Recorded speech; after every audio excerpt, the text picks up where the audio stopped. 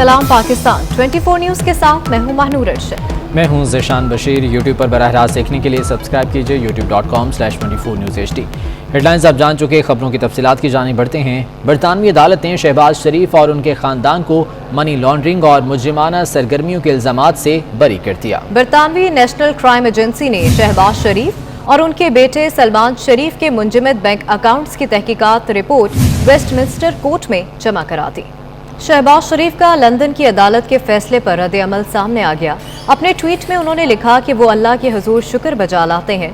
बरतानिया की अदालत का फैसला सिर्फ मेरा या नवाज शरीफ का नहीं बल्कि पाकिस्तान का भी है। उन्होंने कहा कि यकीनन सच झूठ मन घड़त कहानियों और किरदार कुशी से ज़्यादा ताकत रखता है। शहबाज शरीफ का लंदन की अदालत के फैसले पर रद्द अमल सामने आया है। अपने ट्वीट में उनका कहना है कि वो अल्लाह के हुजूर शुक्र बजा लाते हैं। उन्होंने कहा कि बरतानिया की अदालत का फैसला सिर्फ मेरा या नवाज शरीफ का नहीं बल्कि पाकिस्तान का भी है।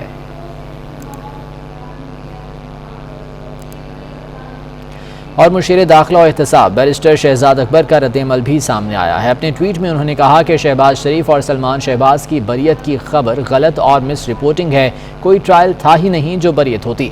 Salman Shahbaz money laundering case में लाहौर की अदालत से मफरूर हैं।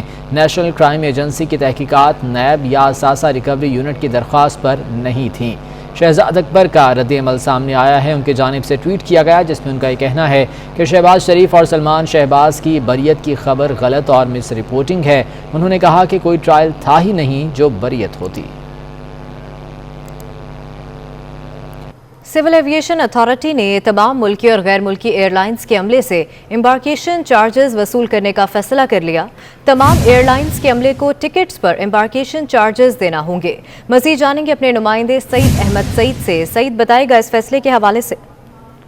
बिल्कुल, पाकिस्तान सिविल एविएशन अथॉरिटी ने तमाम मुल्की और गैर मुल्की एयरलाइंस के अमले से टिकटों की कीमत में एम्बार्केशन चार्जेस वसूल करने का फैसला है वो कर लिया है। फर्स्ट नोटिफिकेशन है वो जारी किया गया है और नोटिफिकेशन के मुताबिक मुल्क भर के एयरपोर्ट्स पर सफर करने वाले एयरलाइंस के जो क्रू के ऊपर है वो एम्बार्केशन फीस है वो लागू हो गई है।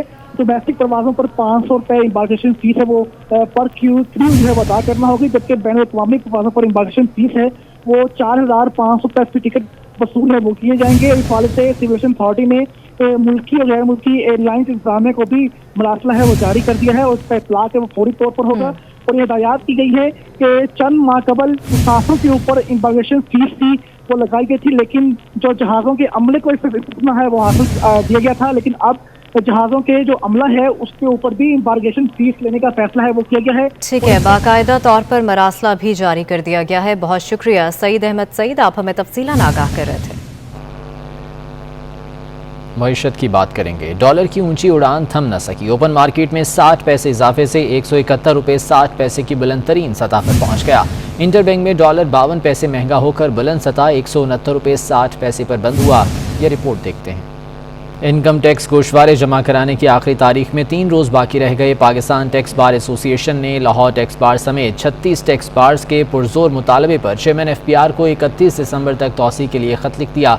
सदर पाकिस्तान टैक्स बार आफ्ताब हुसैन नागरा का कहना है कि FPR का सिस्टम हैक होने के सबब टैक्स गुजारों की बड़ी तादाद गोशवारे जमा नहीं करा सकी। जनरल सेक्रेटरी फरहान शहजाद कहते हैं कि सिस्टम में तकनीकी खराबी के सबब टैक्स कंसल्टेंट्स को ताहाल चालान की तैयारी में मुश्किलात हैं। सदर लाहौर टैक्स बार जमील अख्तर बेग का कहना है कि 90 रोज़ा तौसी ना की गई तो लाखों टैक्स गुजार गोशवारे जमा नहीं करवा सकेंगे। कौमी क्रिकेट टीम के साबिक कप्तान इंजमाम उल हक आर्ज़ाए कल्ब में मुब्तला हो गए। वो लाहौर के निजी अस्पताल में ज़ेर इलाज हैं, जहां माहिर अमराज़ दिल प्रोफेसर ज़ुबैर अकरम ने उनकी एंजियोप्लास्टी की। ज़राए का कहना है कि स्टेंट डालने के बाद इंजमाम उल हक की तबीयत अब बेहतर है। कौमी क्रिकेट टीम के साबिक कप्तान इंजमाम उल हक आर्ज़ाए कल्ब के बायस लाहौर के निजी अस्पताल में ज़ेर इलाज हैं, जहां माहिर अमराज़ दिल प्रोफेसर ज़ुबैर अकरम ने उनकी एंजियोप्लास्टी की है। ज़राए का कहना है कि स्टेंट डालने के बाद इंजमाम उल हक की तबीयत अब बेहतर है। कुछ दीगर खबरें शामिल करें। आपको बताएं, वज़ीर ट्रांसपोर्ट सिंध अवैस कादिर शाह का कहना है कि कराची सर्कुलर रेलवे मंसूबे की किसी फोरम ने मंजूरी नहीं दी। ये कराची की आवाम के साथ मजाक है। अगर ये कराची से इतने ही संजीदा हैं तो इस मंसूबे को CPAC से क्यों निकाला गया? जहाँ तक जदीद KCR का सवाल है तो ना किसी फोरम से इसको डिस्कस किया गया है, ना कोई कॉन्सेप्ट डिजाइन है, ना कोई सर्वे किया गया है, ना कोई फिजिबिलिटी है, और ना ही बात कोई मामला पंच तक आई है। अगर ये इतना ही सीरियस है केसीआर को बहाल करने में, तो कुछ दिन पहले शेख रशीद ने जो सुप्रीम कोर्ट को मिसलीड किया, वो ट्रेन 20 दिन चली और वो फिर बंद हो गई। और अगर इतना ही वजीर आजम साहब और ये फेडरल गवर्नमेंट सीरियस है कराची के मसलों को लेके, तो इस केसीआर को सीपैक के रूट से क्यों निकाला गया? इसलिए इसको सीपैक से हटवाया गया और ML1 को तरजीह दी गई। तो मेरे सवालात ये हैं, जो असद उमर साहब और अली जदी इसाद के गुमराह करने पे इमरान खान साहब यहाँ पे पहुंच गए, तो इससे ज्यादा बेहतर होता कि वहां बैठ के पूरी ब्रीफिंग लेते और ये मालूम करते कि इसको किस तरह आगे ले जाया जाए। हम इसकी अपोज नहीं कर रहे, ना कभी अपोजिशन हमने किसी ऐसे प्रोजेक्ट की है जो सिंध के लोगों के लिए हो, कराची के लोगों के लिए हो।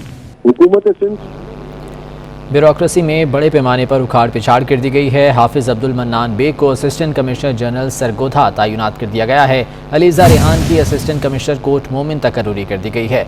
रमीज जफर को असिस्टेंट कमिश्नर अहमदपुर सियाल से तब्दील करके कोर्ट्स पर भेज दिया गया। न्याज अहमद को असिस्टेंट कमिश्नर अहमदपुर सियाल तैनात कर दिया गया है। गुलाम सरवर को असिस्टेंट कमिश्नर गुजर खान से OST बना दिया गया। ज़ेबुनिसा नासिर को असिस्टेंट कमिश्नर गुजर खान तैनात कर दिया गया। हिरा यूसुफ को असिस्टेंट कमिश्नर HR रावलपिंडी तैनात कर दिया गया, जबकि राजा मोहम्मद सलीम की असिस्टेंट कमिश्नर अटक तैनाती कर दी गई है और इस बारे में नोटिफिकेशन भी जारी कर दिया गया है। ब्यूरोक्रेसी में बड़े पैमाने पर उखाड़ पिछाड़ हुई है। बहुत से अफसरान हैं जिनको तब्दील कर दिया गया है। इनमें हाफिज अब्दुल मन्नान बेग, जिन्हें असिस्टेंट कमिश्नर जनरल सरगोधा तैनात कर दिया गया है।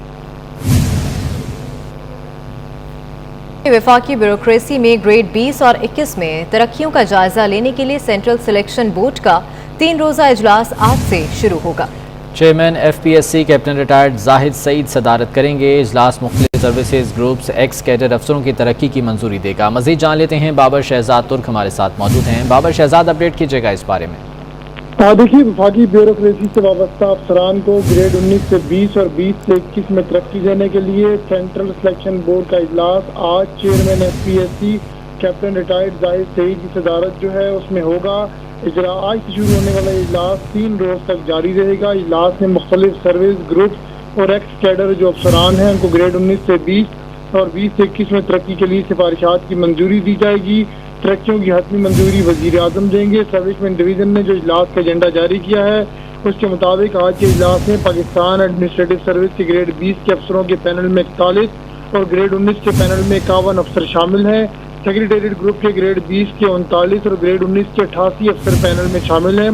पाकिस्तान ऑडिट एंड अकाउंट्स के ग्रेड 20 के 23 और ग्रेड 19 के 30 अफसर पैनल में। इसी तरह पोस्टल ग्रुप के ग्रेड 20 के 5 और ग्रेड 19 के 11 अफसर पैनल में शामिल हैं। फॉरेन सर्विस ऑफ पाकिस्तान के ग्रेड 20 के 20 और ग्रेड 19 के 30 अफसर, पाकिस्तान कस्टम सर्विस के ग्रेड 20 के 15 और 19 के 43 अफसर, इनलैंड रेवेन्यू सर्विस के ग्रेड 20 के 30 और 19 के 41 अफसर पैनल में शामिल हैं। दीगर अफसरों की तरक्की के केसेस जो हैं इजलास के अगले जो 2 रोज हैं बुध और जुमेरात को उनमें ज़ेर गौर आएंगे। जी बहुत शुक्रिया बाबर शहजाद अपडेट करने के लिए।